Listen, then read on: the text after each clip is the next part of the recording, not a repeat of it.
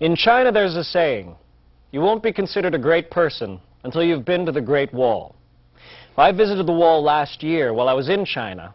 I don't know if it made me a great person, but I do know that the wall is indeed great. As you can see from this photograph, the wall is great in beauty, with its long arms resting on rolling hills and its towers peering across the valleys. The wall stretches across more than half of China, from the sea in the east past Beijing to Gansu province in the west. At a total length of 4,000 miles, it is the longest human-made construction in the world. If the Great Wall were transported to the United States and stretched out in a straight line, it would run from New York City completely across the Atlantic Ocean, past Spain, England, and France, and all the way to Berlin, Germany. Today, I would like to share with you some of the wonders of the Great Wall. I will focus on the three major stages of its construction, moving from the first phase during the Qin dynasty to the second phase during the Han dynasty, and concluding with the third phase during the Ming dynasty. Let's start more than 2,000 years ago, when the first parts of the wall were built.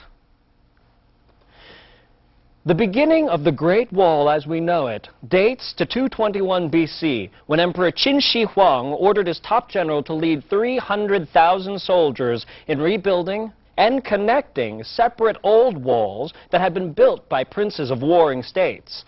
In just 12 years, Qin had a 3,000-mile wall using primarily wood frames filled with stones and compacted earth.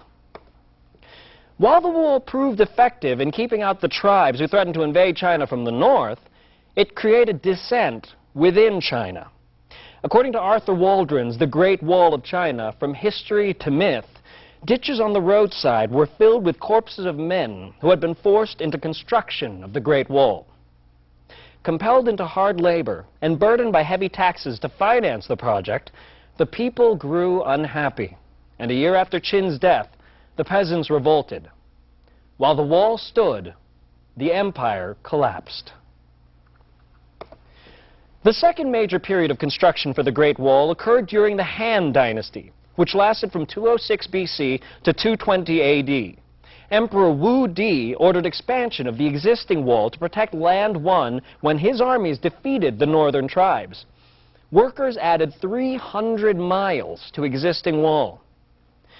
They built wooden frames, which they filled with willow reeds and a mixture of fine gravel and water. As you can see from this picture of the ruins of the Han Wall, it was very different in construction and appearance from the Great Wall as it exists today. The third major building period of the Great Wall occurred 1,100 years later, during the Ming dynasty. In 1368, during the first year of the Ming dynasty, Emperor Zhu Yuanzhang ordered more expansion of the wall.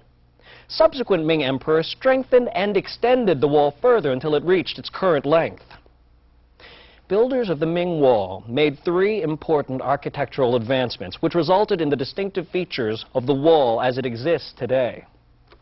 You can see those features especially well in this photograph. First, rather than using earth and stone, they used kiln-fired bricks to create a stronger wall. Second, they erected more than 3,000 beacon towers to watch the mountain pass for potential invaders. These towers rise from the wall like mighty outposts and are one of the most striking aspects of the wall when you see them in person. Third, the Ming builders made the wall so large that it would be almost impossible to break through. In fact, the wall is so wide that soldiers could ride several horses abreast along the top of the wall. In conclusion, the Great Wall of China enjoys a rich history. Built over the course of more than 2,500 years during the Qin, Han, and Ming dynasties, it is a magnificent feat of human engineering. While the wall no longer continues to defend China from invaders, it does continue to play a central role in Chinese culture and international identity. Now that you know a little more about the wall, I hope you will have a fuller appreciation of why it is regarded as great, not just in China, but throughout the world.